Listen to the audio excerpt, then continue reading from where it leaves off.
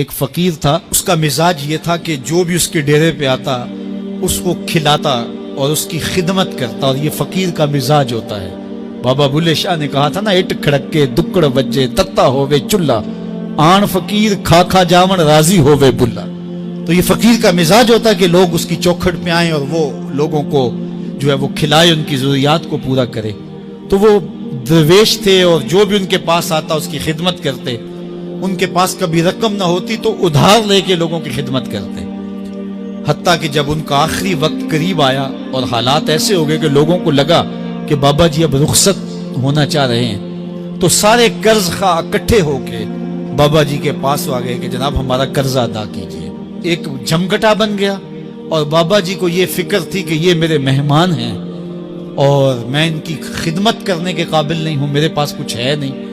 اتنے میں ایک چھوٹا سا بچہ تھا، وہ گلی میں پتیسا بیچ رہا تھا۔ آواز لگائی تو بابا جی نے اشارہ کیا، کہا میرے ان مہمانوں کو کھلا دو۔ اس نے اللہ کا شکر ادا کیا کہ میں سارا دن گلیوں میں گھوم کے جو بیچنا تھا ایک جگہ ہی مجھے گاہک مل گیا۔ اس نے مہمانوں کو سارا کھلا دیا اور بابا جی سے کہا کہ پیسے۔ تو بابا جی کہنے لگے بیٹا بیٹھ جاؤ۔ بیٹا بیٹھ گیا۔ تھوڑی دیر کے بعد اس نے پھر کہا کہ بابا جی پیسے۔ تو بابا جی نے کہا یہ سارے پیسے لینے والے بیٹھے، جب ان کو دوں گا تو آپ کو بھی دے دوں گا، آپ بھی بیٹھ جائیں گے۔ تو وہ یتیم بچہ تھا، اس کی بیوہ ماں نے اس کو تھوڑا سا پتیسا تیار کر کے دیا تھا، وہ روزانہ صبح دیتی تھی، وہ بیچ کے آتا تھا، اس سے گھر کا چولہا جلتا تھا۔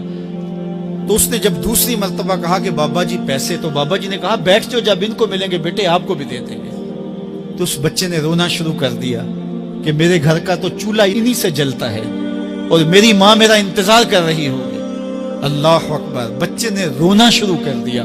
اللہ کی رحمت کو جوش آ گیا۔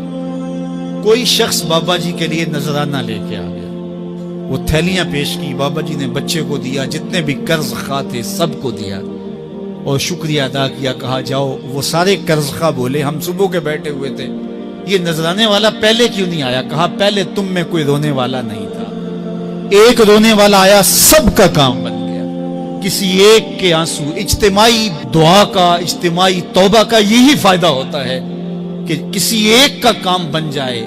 یہ تجارت میں اصول ہے کہ جب کوئی کسی کو آپ سودا دے نا تو اس میں کوئی خراب چیزیں چلی جائیں تو یا تو وہ سارا قبول کرے یا سارا رد کر دے۔ تو اللہ جب قبول کرتا ہے اجتماعی طور پہ، پھر ساروں کو قبول کر لیتا ہے۔ تو اس لیے آج کی بابرکت شب نور میں میری مائیں، بہنیں، بیٹیاں بھی تشریف فرما ہیں، بچے بوڑھے جوان بھی تشریف فرما ہیں۔ تو کسی ایک کے آنسو اللہ کو قبول ہو گئے، کسی ایک کی زبان سے نکلا ہوا جملہ اس کی بارگاہ